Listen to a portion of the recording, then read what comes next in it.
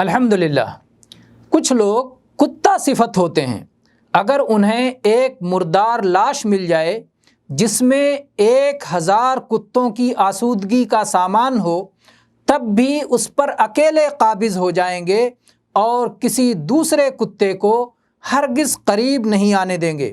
حلال و حرام، پاک و ناپاک اور ذبیحہ و مردار سے قطع نظر انہیں صرف